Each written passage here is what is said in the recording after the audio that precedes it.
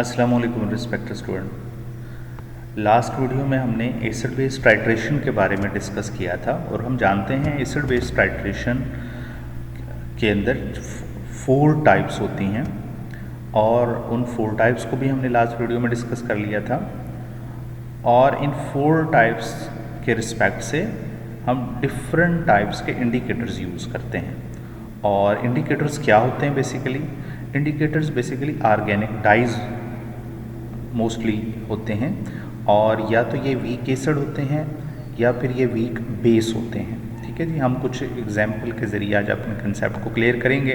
इसमें ज़्यादातर हम एग्जाम्पल आपको वीक एसिड इंडिकेटर की देंगे ताकि हमारा कंसेप्ट क्लियर हो जाए कि किस तरह काम करते हैं इंडिकेटर्स, किस तरह हमारा एंड पॉइंट बताते हैं, कैसे हमें बताते हैं कि हमारा रिएक्शन जो है, टाइट्रेशन जो है वो कंप्लीट हो चुकी है, आपने अब स्टॉप करना है।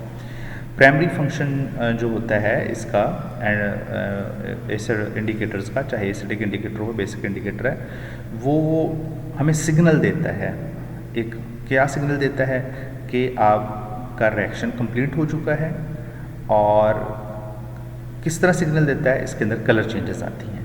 तो दूसरे लफ्ज़ों में हम ये कह सकते हैं कि टाइट्रेशन में हमें एक पॉइंट होता है जिसे हम कहते हैं एंड पॉइंट, कि हम स्टॉप कर दें टाइट्रेशन को, वो बताने में हमारी हेल्प करता है। और हमें ये भी पता है कि इक्विवेलेंस पॉइंट के बाद एंड पॉइंट आता है। इक्विवेलेंस पॉइंट वो पॉइंट होता है जिस पे एसिडिक और बेस की अमाउंट जो है, उनके मोल जो हैं, वो जितनी टोटल अमाउंट जो है एसिड की वो कम्प्लीटली रिएक्ट कर चुकी है बेस के साथ, that is the equivalent point. अब इक्विवेलेंट पॉइंट के बाद एक ड्रॉप एक्स्ट्रा एसिड या बेस का डालेंगे तो फ़ौरन ही कलर चेंज अपीयरेंस होती है, और इसको कहते हैं हम एंड पॉइंट। और इसी एंड पॉइंट पे हमने अपनी टाइट्रेशन स्टॉप कर देनी होती है और कैलकुलेशन करनी होती है।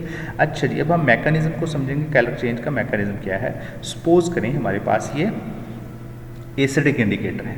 ठीक है जी, अब एसिडिक इंडिकेटर के अंदर हम इसको रिप्रेजेंट करते हैं HIN। H का मतलब होता है प्रोटोनेटेड, IN का मतलब इंडिकेटर, प्रोटोनेटेड इंडिकेटर, या in other words acidic indicator है ये।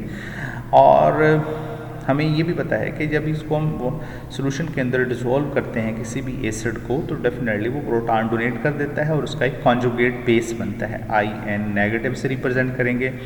अच्छा, जो उसके कलर होते हैं, तो अगर वो एसिडिक इंडिकेटर है तो एसिडिक इंडिकेटर एसिडिक सोल्यूशन के अंदर कोई कलर शो नहीं करेगा, लेकिन अगर कोई बेसिक सोल्यूशन है तो वो कलर शो करेगा। ठीक है जी, वो कलर जो है वो क्यों शो करता है, इसके बारे में डिफरेंट थीरीज़ हैं।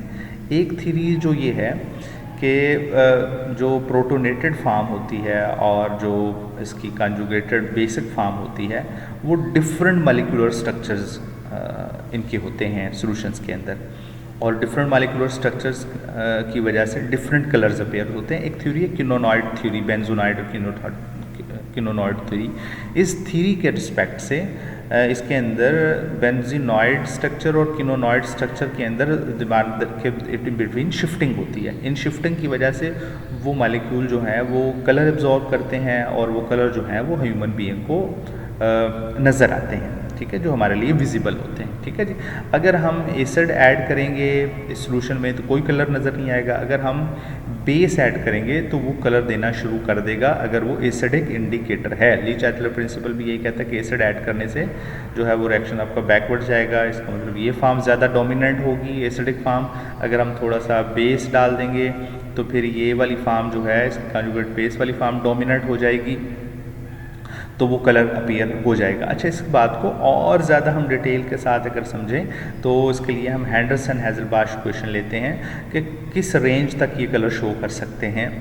तो उसके लिए हेंडरसन-हैज़लबाश क्वेश्चन के बारे में हम सब जानते हैं कि pH is equal to negative log of dissociate constant of indicator. ठीक है जी, जो होता है ना P stand for negative log. ठीक है, प्लस लॉग ये IN negative mean that is the concentration of conjugate base of the indicator, and HIN mean that is the concentration of protonated form of indicator.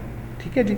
अच्छा जी, इसके अंदर अब हम कैसे बता सकते हैं, कैसे हमें पता लग सकता है कि कलर चेंज कहाँ से कहाँ तक होगा? आम तौर पे नॉर्मल ये बात की जाती है कि अगर इसकी जो पी एच की वैल्यू है और उसकी पी के ए वैल्यू है, इसमें -1 या +1 की रेंज के अंदर कलर चेंज होता है। मतलब जितनी उसकी इंडिकेटर की पी एच होती है और उसकी पी एच होती है, उस पी एच के 1 डिग्री कम तक, 1 यूनिट कम तक कलर और 1 यूनिट ज़्यादा तक ये कलर शो कर देता है, और उससे कम भी नहीं और उससे ज़्यादा भी नहीं। ऐसा इस बात को हम आगे जाके डिटेल के साथ बात को डिस्कस करते हैं कि हमें अभी बात को समझ नहीं आता जल्दी से। अच्छा, ये थोड़ा सा मैथमेटिकल फॉर्म है कि ये एसिडिक अगर सॉल्यूशन है तो इसके अंदर इसका नेगेटिव लॉग लेंगे तो डेफिनेटली इसकी वैल्यू लेस देन 1 होगी। अगर इसका बेसिक सॉल्यूशन है, थोड़ा सा अगर बेस डाला हुआ तो डेफिनेटली ये वाली जो फॉर्म है इसकी कंजुगेट बेस वाली, ये ज़्यादा डोमिनेंट होगी। नेगेटिव लॉग की रेशो जो लेंगे तो फिर इसकी वैल्यू ग्रेटर देन 1 होगी। ठीक है जी, यानी पॉजिटिव 1 भी कह सकते हैं, ग्रेटर देन 1। तो आम तौर पे अगर हम देखा जाए तो इसकी पी के ए जो negative log of innovation constant की वैल्यू है वो ±1 pH यूनिट तक ये कलर ट्रांजिशन शो करती है, क्योंकि ह्यूमन बीइंग को यही कलर जो नज़र आते हैं हम उसी के रिस्पेक्ट से बात करेंगे। इसका मतलब ये है कि अगर जो उसकी पी एच है और वो उसके अंदर अगर इक्वल टू पी के है, पी के इंडिकेटर है, यानी कि negative log of ionisation constant है, उसके अंदर जो है A P H unit 1 degree तक कम हो गया है, तो इसका मतलब वहाँ से ट्रांजिशन स्टार्ट कर देगा, यानी कलर शो करना शुरू कर देगा। और +1 तक कलर शो करना, +1 का मतलब ये है कि 1 डिग्री तक, 1 डिग्री के बाद तक भी ये कलर शो करता रहता है। ठीक है नहीं। अच्छा, इस बात को और अगर क्लियर करना चाहें, क्लियर करना चाहें तो वो ये है कि सपोज करें कि एक इंडिकेटर है, वो इसकी पी के ए वैल्यू 3.1 है, पी के ए वैल्यू सपोज करें इसकी 3.1 है। ठीक है जी।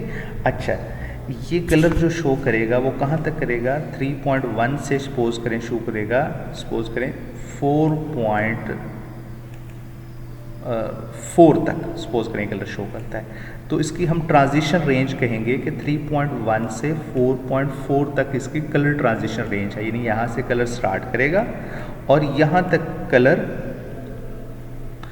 शो करता रहेगा। तो इसके बाद जो है वो कलर पे कोई इफ़ेक्ट नहीं होगा 4.4 के बाद भी। ठीक है जी। और इन दोनों के दरमियान में जो पॉइंट होता है उसको हम कहते हैं that is the mid point. इसके दरमियान के अंदर जो पॉइंट होता है, यानी -1 से मुराद ये है कि इसके इस मिड पॉइंट से 1 डिग्री कम तक और इस मिड पॉइंट से 1 डिग्री ज़्यादा तक ये कलर शो करता रहता है। ठीक है जी। अच्छा जी, अब इसके अंदर हम कुछ टाइट्रेशन के हवाले से कुछ इंडिकेटर्स को पहले भी हम डिस्कस किया था, जैसे ब्रोमो थाइमोल ब्लू है। अब हम कहेंगे इसकी पीएच रेंज जो है वो 6.1 से 7.6 तक है, यानी कि इसका ट्रांजिशन जो है वो 6 से 7.6 तक है। तो ये कलर स्टार्ट 6 से शुरू करेगा और इसका कलर ट्रांजिशन जो है एंड जो है वो 7.6 पे हो जाएगा।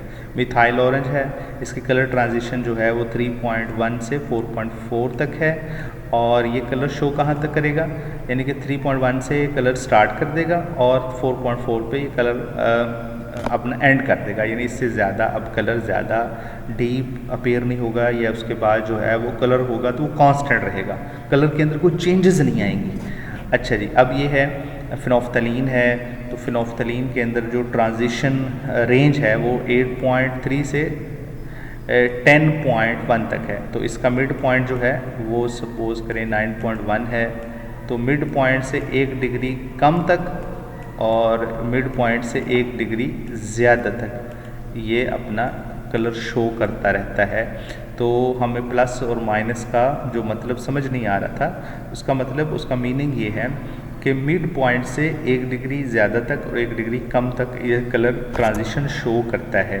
अब इसके बाद जो है ये बात नहीं कि वो कलर ख़त्म हो जाता है, इसके बाद है कि 10 पॉइंट पे जो कलर होता है इसका डार्क पिंक होता है, 9.1 पे पेल पिंक सा होता है, 8.3 पे लाइट पिंक सा होता है। तो इसके बाद जो पिंक कलर होगा वो एक कांस्टेंट कलर हो जाता है, इसके बाद ज़्यादा कलर डीप नहीं होता। तो हम इस कहते हैं ये ट्रांजिशन स्टेट है इसकी, जिस पे ये कलर शो कर रहा होता है। ठीक है जी। अच्छा जी, इसकी ये एक रेंज है और इसकी किनोनॉइड फॉर्म और बेंजोनॉइड फॉर्म जो है वो जिसकी थ्योरी है उसके मुताबिक जो है तो ये इसकी कॉन्जुगेट बेस है जिसको हम किनोनॉइड फॉर्म कहते हैं। बेसिक सोल्यूशन में किनोनॉइड फॉर्म में होता है और ये बेंजोनॉइड फॉर्म में होता है। बेंजोनॉइड फॉर्म में कोई कलर नहीं है इसका और किनोनॉइड फॉर्म में इसका पिंक कलर होता है। ठीक है, 8.3 से मुराद ये अभी ट्रांजिशन स्टेट स्टार्टिंग वाला पॉइंट है यानी 8.3 पे, और ये 10 तक ये कलर अब ये थोड़ा सा डार्क होता चला जाता है 10 पे ये डार्क पिंक हो जाता है। इसके बाद इसके अंदर कलर के अंदर कोई चेंजेस नहीं आती। ऑल्सो ये आपको बात समझ में आ गई होगी कि किस तरह इंडिकेटर्स अपने कलर चेंज करते हैं और उनकी ट्रांजिशन रेंज क्या होती है।